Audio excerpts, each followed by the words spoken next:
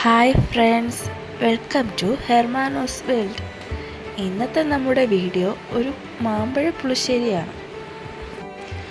അതിനായി നന്നായിട്ട് പഴുത്ത നാട്ടുമാങ്ങയാണ് ഇവിടെ എടുത്തിരിക്കുന്നത്. ഇതിനായി ആവശ്യമുള്ള ചേരുവകൾ എന്തൊക്കെയാണെന്ന് നോക്കാം.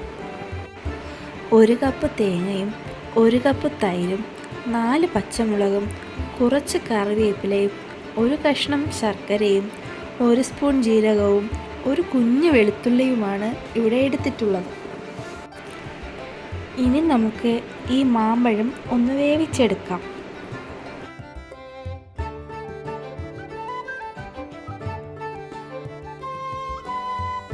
മാമ്പഴവും പച്ചമുളകും ശർക്കരയും കറിവേപ്പിലയും ആവശ്യത്തിന് വെള്ളവും കൂടെ ചേർക്കാം. ഇതിലേക്ക് 1 ടീസ്പൂൺ ഉപ്പും 1/2 ടീസ്പൂൺ മഞ്ഞൾപ്പൊടിയും 1 ടീസ്പൂൺ മുളക് പൊടിയും കൂടെ ചേർക്കാം.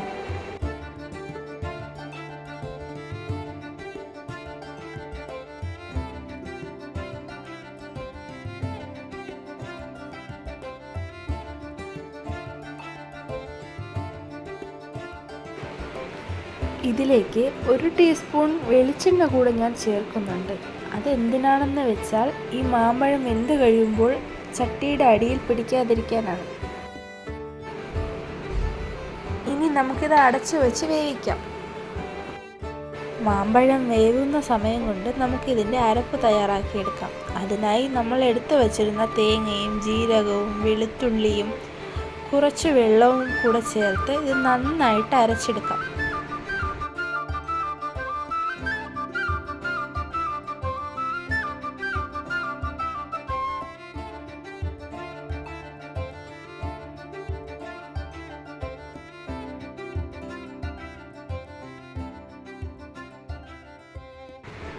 മാമ്പഴം നന്നായിട്ട് വെന്ത് വന്നിട്ടുണ്ട്.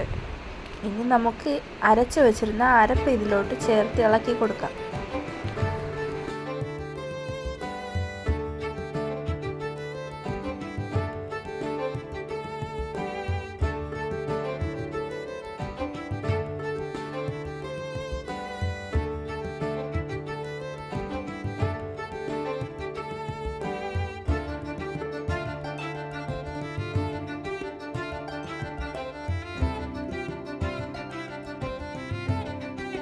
മാമ്പഴവും അരപ്പും എല്ലാം ചേർന്ന് നന്നായിട്ട് വെന്ത് വന്നിട്ടുണ്ട്.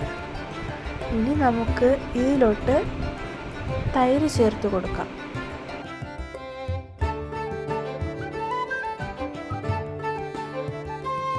തൈര് ചേർത്താൽ പിന്നെ നമുക്ക് തീ ഓഫ് ചെയ്യാം. പിന്നെ അത് തിളയ്ക്കാൻ പാടില്ല. തിളച്ചാൽ ചിലപ്പോൾ അത് പിരിഞ്ഞു പോകും. നമ്മളിതിൽ ആകെ 1 ടീസ്പൂൺ ഉപ്പ് മാത്രമേ ചേർത്തിട്ടുള്ളൂ. ഉപ്പ് കുറവായതുകൊണ്ട് കുറച്ചുകൂടെ ഉപ്പ് ചേർത്ത് കൊടുക്കാം.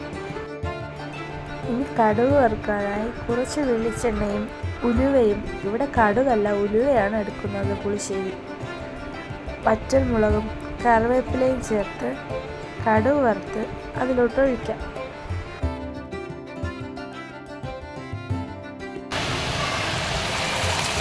മാമ്പഴ പുളിശ്ശേരിയുടെ റെഡിയായി കഴിഞ്ഞു. ഇഷ്ടപ്പെട്ടാൽ എല്ലാവരും ലൈക്ക് ചെയ്യണേ. അഭിപ്രായങ്ങൾ കമൻറ്റ് ചെയ്യാനും മറക്കരുത്.